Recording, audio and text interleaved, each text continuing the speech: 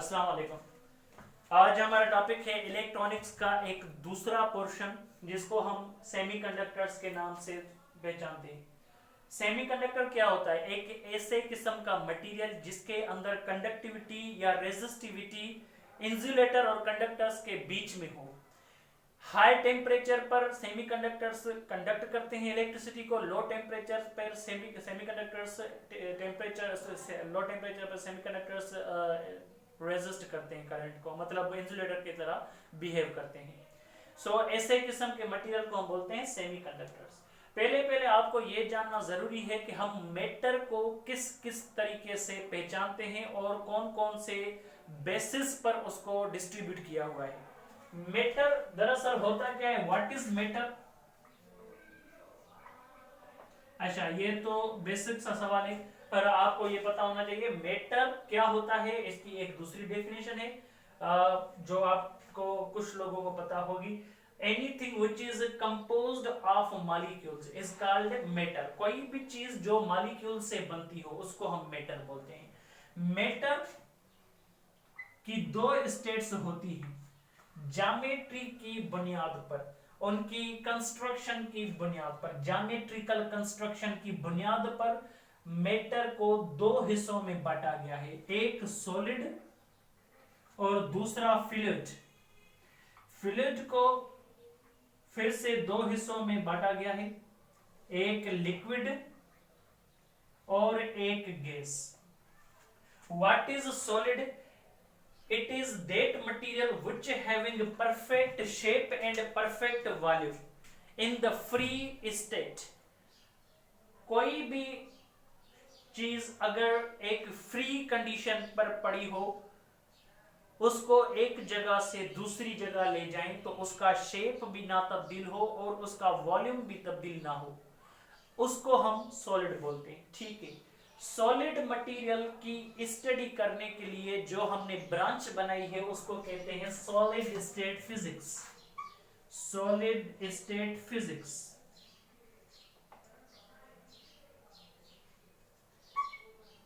The branch of physics that deals with electrical behavior of solid materials। solid materials के electrical behaviour के लिए जो हमने branch बनाई है स्टडी करने के लिए उस फिजिक्स की, उस ब्रांच को हम नाम देते हैं सॉलिड स्टेट फिजिक्स। इसके अंदर ब्रेक्स लॉ पढ़ा जाता है, इसके अंदर बहुत सारी चीजें पढ़ी जाती हैं। एक्स रेस की बुनियाद पर उनके अंदर डायफ्रैक्शन का अमल पढ़ा जाता है। सॉलिड स्टेट फिजिक्स में क्रिस्टलोग्राफी पढ़ी जाती है। अच्छा, फ्लूइड। फ्लूइड क्या होता है? Fluid any material which can flow, any material that can flow is called fluid। कोई भी मटेरियल अगर फ्लो करने के काबिल हो, अपने आप मूव करने के काबिल हो, जिसके अंदर परफेक्ट शेप ना हो, तो उसको हम फ्लूइड बोलते हैं। और ये दोनों चीजें परफेक्ट शेप नहीं रखती। मैटर की अभी तक 7 स्टेट्स डिफाइन की गई है और देखी गई है, डिस्कवर की गई है, जिनमें आप बेसिकली 3 स्टेट्स पढ़ते हो।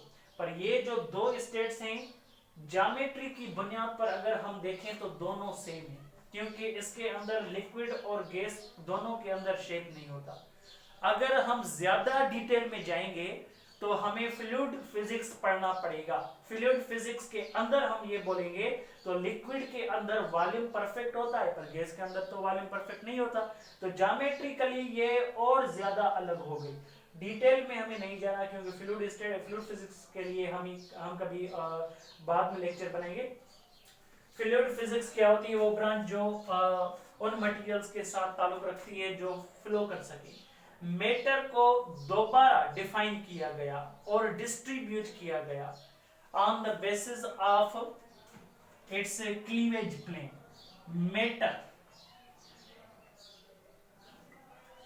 मैटर को एक बार फिर से डिस्ट्रीब्यूट किया गया और 2 हालतों में डिस्ट्रीब्यूट किया गया, एक इंसुलेटर और दूसरा कंडक्टर। कोई भी मैटर सॉलिड के फॉर्म में हो या लिक्विड के फॉर्म में हो, अगर वो करंट को फ्लो नहीं कराता तो इंसुलेटर माना जाएगा, अगर करंट को फ्लो कराता है तो उसको हम कंडक्टर बोलेंगे।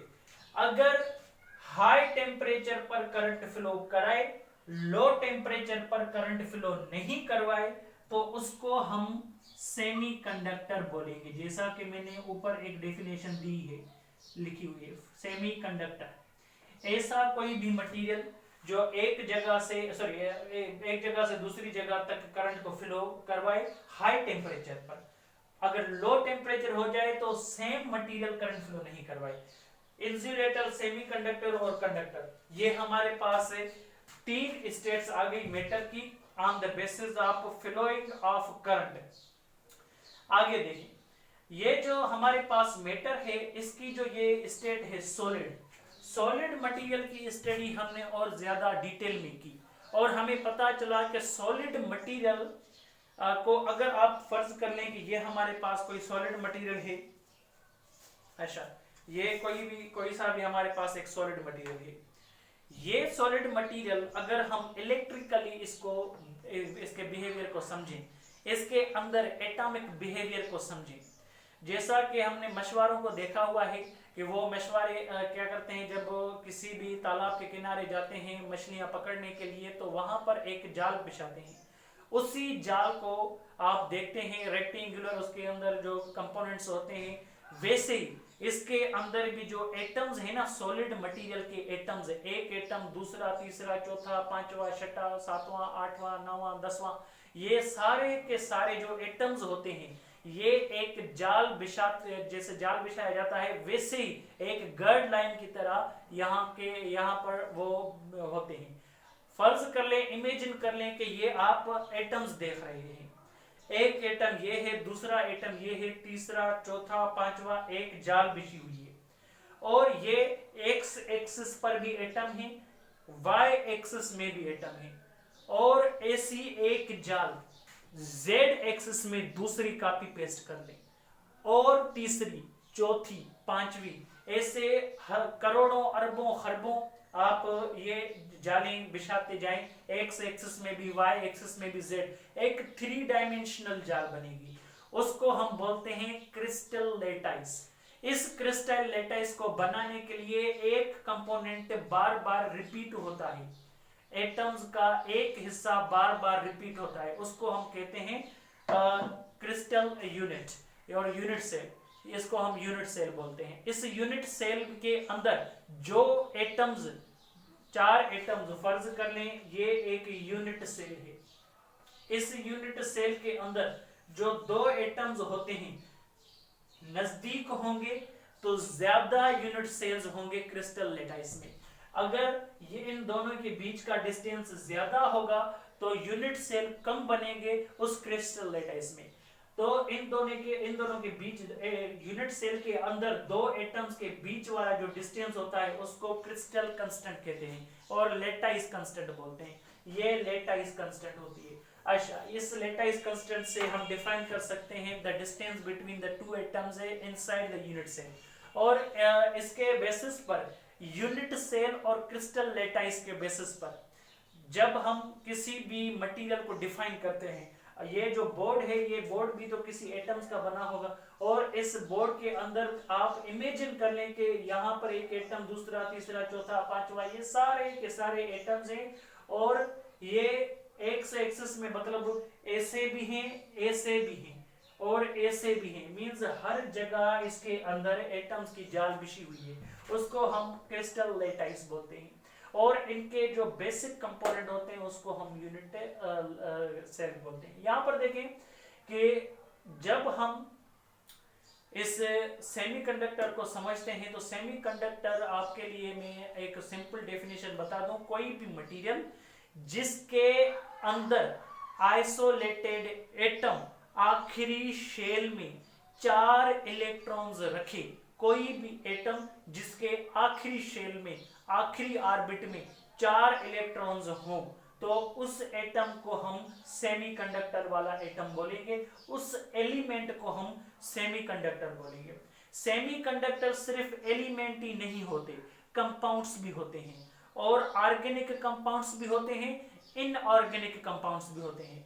कभी मैं दूसरा वीडियो भी बनाऊंगा जिसमें आपको बताऊंगा कि सेमीकंडक्टर से ऑर्गेनिक और इनऑर्गेनिक कौन कौन से होते हैं, और ये भी बताऊंगा कि उनके अंदर जो पॉलीमर्स होते हैं वो कैसे डिफाइन होते हैं। पॉलीमर्स आपने तो पढ़ा होगा, केमिस्ट्री में पढ़ा होगा, क्योंकि केमिस्ट्री में ये बताया जाता है कि हम सॉलिड को, जैसे फ्लूइड को 2 हिस्सों में डिफाइन किया गया है, तो सॉलिड को भी 3 हिस्सों में डिफाइन किया गया है। एक तो सॉलिड का हिस्सा होता है जिसको हम बोलते हैं, जिसका नाम होता है क्रिस्टल, जिसका नाम होता है खास करके एक एमॉर्फस सॉलिड, और दूसरा होता है क्रिस्टलाइन सॉलिड, और तीसरा जो दोनों की खासियत रखे उसको हम बोलते हैं पॉलीमर्स। लिहाजा हमें काम की चीज है सेमीकंडक्टर। सेमीकंडक्टर जर्मेनियम भी होता है, सिलिकॉन भी होता है, कार्बन भी होता है, कोई भी एटम जिसके आखिरी शेल में 4 इलेक्ट्रॉन्स हो। अभी हमें सेमीकंडक्टर्स की बुनियादी स्टडी को समझना है। फर्ज कर लें कि हम सोच रहे हैं कैसे सेमीकंडक्टर्स इस दुनिया में बने होंगे। पहले पहले आप ये समझें कि कायनात जब शुरू हुई थी तो शायद ऐसा हुआ होगा कि 0 केल्विन टेम्परेचर पर कुछ एटम्स होते होंगे। मतलब हम सेमीकंडक्टर्स को अच्छी तरह से समझने के लिए उनका जो बेसिक लेवल है, उसका जो खास करके सेमीकंडक्टर का जो बुनियादी जो एका है, जो पहले हम समझना चाहते हैं इसकी हिस्ट्री से, वो है 0 केल्विन टेम्परेचर। फर्ज कर लें ये दुनिया जब बन रही थी, मतलब हमारी अर्थ जब बन रही थी, तो वैसे तो ये गर्म थी, पर स्टडी की बुनियाद पर आपको ये समझना पड़ेगा, ये एज्यूम करना पड़ेगा, फर्ज कर लेना पड़ेगा कि 0 केल्विन टेम्परेचर था। जब 0 केल्विन टेम्परेचर था तो 0 केल्विन टेम्परेचर पे कोई भी एटम मूव नहीं कर सकता, उसके अंदर कोई इलेक्ट्रॉन मूव नहीं कर सकता। 0 Kelvin is that temperature at which any particle is observed cannot move anymore. Its movement will be 0. So फर्ज कर लें सिलिकॉन हम ले रहे हैं, और उस सिलिकॉन के आखिरी शेल में 4 इलेक्ट्रॉन्स हैं। ये सिलिकॉन है, उस सिलिकॉन के एटम के आखिरी शेल में 4 इलेक्ट्रॉन्स हैं। सीधी सी बात है, 0 केल्विन टेम्परेचर है, 0 केल्विन टेम्परेचर पे इलेक्ट्रॉन्स मूव नहीं कर सकते। आप यहां पर लिख सकते हैं कि इसके अंदर नो कंडक्शन, इसके अंदर कोई करंट फ्लो नहीं किया जा सकता 0 केल्विन टेम्परेचर पर। आप ये भी लिख सकते हैं वैलेंसी का भी काम नहीं हो सकता, मींस नो वैलेंसी वर्क। इसके अंदर वैलेंसी फुलफिल नहीं हो सकती क्योंकि इलेक्ट्रॉन्स मूव नहीं कर रहे। अगर इलेक्ट्रॉन्स मूव नहीं करेंगे तो बाहरी कोई एटम से इलेक्ट्रॉन ना आएंगे, ना यहां से इलेक्ट्रॉन जाएंगे। सीधी सी बात है। No conductor no valency, no conduction लिख दी, conduction, no electricity, no valency. Conduction नहीं होगी मींस करंट फ्लो नहीं होगा, नो वैलेंसी मींस इसके अंदर जो वैलेंसी नामुकम्मल है वो फुलफिल नहीं होगी। अगर उस जमाने में कायनात जब दुनिया 0 केल्विन टेम्परेचर पे थी, तो आज जब हम देखें तो ये दुनिया रूम टेम्परेचर पर है। मतलब ये कि इस दुनिया का आहिस्ता आहिस्ता टेम्परेचर बढ़ता गया। जैसे ही टेम्परेचर बढ़ता गया तो टेम्परेचर बढ़ने के कारण क्या होगा, 0 केल्विन से 2 केल्विन, 4 केल्विन, 5, 6, 8, 10 रूम टेम्परेचर पर बात आएगी। अगर ऐसा होगा तो फिर क्या होगा, ऐसा ही एक दूसरा जो एटम था वो नजदीक आएगा। जैसे ही वो नजदीक आएगा तो उसका इलेक्ट्रॉन वहां से जंप करके इस एटम में आ जाएगा, इसका इलेक्ट्रॉन जंप करके इस एटम पर आएगा, और टेम्परेचर बढ़ता गया। यहां से एक सिलिकॉन का एटम आ गया, उसके आखिरी शेल में भी 4 इलेक्ट्रॉन्स। अभी आपको ये सिर्फ तसव्वुर करना है, आखिर में मैं बताऊंगा कि ये कैसे अभी हमने रोजमर्रा जिंदगी में देखते हैं सिलिकॉन को। यहाँ पे हमने ये समझा, एक बात समझ लें सिर्फ वरना कंफ्यूजन हो जाएगी। टेम्परेचर फर्ज कर लें 0 केल्विन से दुनिया का टेम्परेचर बढ़ता गया, जो भी एटम्स इंडिपेंडेंटली एग्जिस्ट नहीं कर रहे थे, तो टेम्परेचर बढ़ने के कारण ये एटम्स एक दूसरे के नजदीक आ गए, ये एटम इसके नजदीक आ गया, इसको एक इलेक्ट्रॉन दे दिया, इसके पास 5 इलेक्ट्रॉन हो गए, ये एटम नजदीक आ गया, इसने इसको इलेक्ट्रॉन दिया, 6 हो गए। यहां से एक सिलिकॉन का एटम आ गया, उसके आखिरी शेल में जो 4 इलेक्ट्रॉन थे उसका एक इलेक्ट्रॉन यहां पर गया, ये हो गया 1 2 3 4 5 6 या अच्छा 7, 1 2 3 4 5 6 7, ठीक है। और टेम्परेचर बढ़ गया, सिलिकॉन का ये एटम जिसके आखिरी शेल में 4 इलेक्ट्रॉन थे उसका भी इलेक्ट्रॉन यहां पर आ गया, और हम देखें कि अब 4 इलेक्ट्रॉन से साइड वाइज इसको मिले, क्यों? क्योंकि टेम्परेचर बढ़ गया, और आखिरी शेल में इसके पास अब कितने इलेक्ट्रॉन हो गए? 8 इलेक्ट्रॉन। अब आप सोचेंगे इसके पास तो 3 हो गए, नहीं, इसका इलेक्ट्रॉन यहां पर जाएगा, अब कितने हो गए इसके पास? 5 इलेक्ट्रॉन। और यहां से दूसरा सिलिकॉन का एटम आ गया, उसके आखिरी शेल में भी 4 इलेक्ट्रॉन्स थे, उसका एक इलेक्ट्रॉन यहां पर आ गया, इसके पास कितने हो गए? 6। ये सिलिकॉन का एटम आ गया, इसने एक इलेक्ट्रॉन दिया, इसके पास कितने हो गए? 7, यहां पर 8। अभी आप कहेंगे कि सर ठीक है, इसके पास हर तरफ से 4 इलेक्ट्रॉन्स आ गए, इसकी वैलेंसी मुकम्मल, पर इसका जो इलेक्ट्रॉन यहां पर गया था उसके वजह से अब तो यहां पर 7 होंगे ना भाई। एक बात है, ये जो इलेक्ट्रॉन जा रहा था और ये इलेक्ट्रॉन आ रहा था, ये सबको कंफ्यूज करता है, सीधी सी बात है, ये क्वांटम लेवल है। क्वांटम लेवल पर क्या होता है? एक पार्टिकल एक ही वक्त में 2 काम करता है। मींस ये इलेक्ट्रॉन यहां पर जा रहा है और इसका मोशन इतना फास्ट है, जैसे इस पेन का तो कोई मोशन है ही नहीं, पर फिर भी आपको ऐसा लग रहा है कि ये पेन इस सिलिकॉन एटम पर भी है, इस सिलिकॉन एटम पर भी है। क्यों? क्योंकि यहां पर भी ये अपीयर हो रही है, यहां पर भी ये अपीयर हो रही है। सीधी सी बात है कि एक इलेक्ट्रॉन हाईएस्ट मोशन में है, एक इलेक्ट्रॉन इतना छोटा पार्टिकल है जिसको क्वांटम पार्टिकल कहा जाता है, उसके लिए क्वांटम फिजिक्स पढ़ी जाती है। क्वांटम फिजिक्स एक ब्रांच है फिजिक्स की, उसमें हम पढ़ते हैं कि एक पार्टिकल 2 काम करता है। यहाँ पर ये इलेक्ट्रॉन यहाँ जा रहा है, फिर भी यहाँ पर उसका काम रहेगा। सो इसको हम कोवेलेंट बॉन्डिंग भी बोलते हैं। और यहाँ पर हम देखें तो ये एक इलेक्ट्रॉन यहाँ भी जा रहा है, ये इलेक्ट्रॉन यहाँ भी आ रहा है, ये भी इलेक्ट्रॉन 2 काम करेगा, ये भी इलेक्ट्रॉन 2 काम करेगा, दोनों के लिए।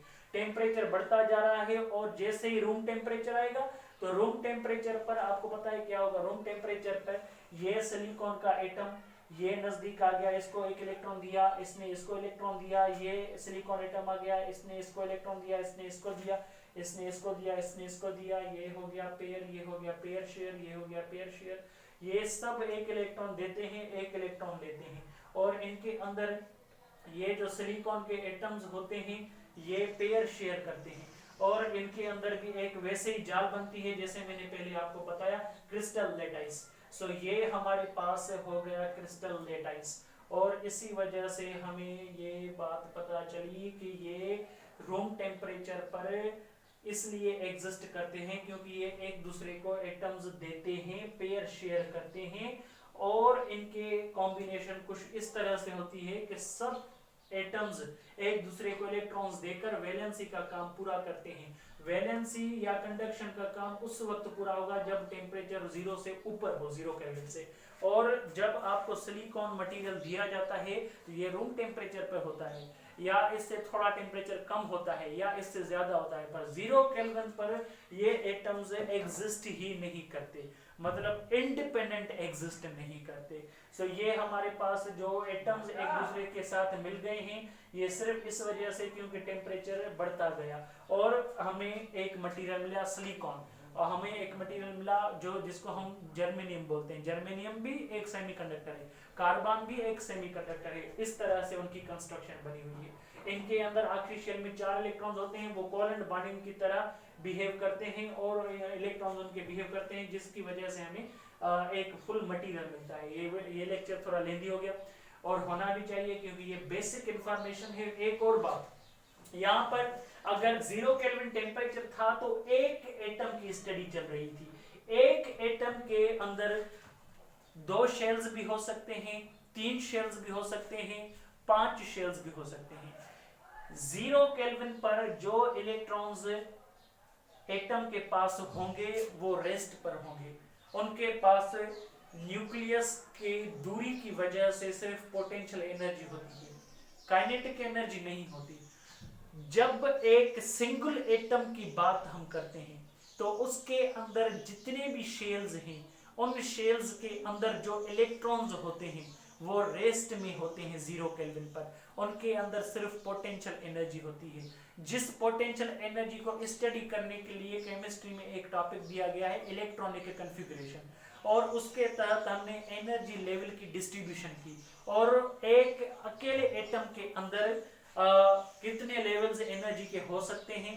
पी लेवल दिया, उसका नाम S level, D level, F level, और उनको रिपीट भी कर सकते हैं आगे चलकर। वो तो केमिस्ट्री के अंदर की बात है कि हम एस पी डी लेवल क्यों ले आते थे, क्योंकि एक अकेला एटम जब स्टडी किया जाता है। पर अभी इस वक्त जब मैं आपको एक मटेरियल दूंगा सिलिकॉन का, उसके अंदर क्या एक एटम होगा? नहीं, उसके अंदर मजमूई तौर पर ज्यादा से ज्यादा एटम होंगे और एक एटम के अंदर जो इलेक्ट्रॉन की एनर्जी थी दूसरे एटम की वजह से वो चेंज हो जाएगी।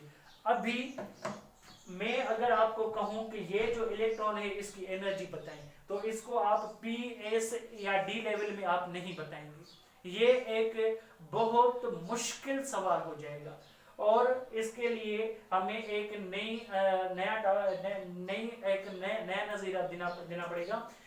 उसी कॉन्सेप्ट की वजह से हम उसको पहचान सकेंगे कि इसके अंदर एनर्जी कितनी है, वरना हम नहीं बता सकेंगे। और वो जो न्यू कॉन्सेप्ट है, एक एटम जब रूम टेम्परेचर पर दूसरे एटम्स के साथ मर्ज हुआ पड़ा हो तो उन सबकी एनर्जी दिखाने के लिए हम पीएस लेवल नहीं लाते, हम लाते हैं बेंड थ्योरी ऑफ सॉलिड्स।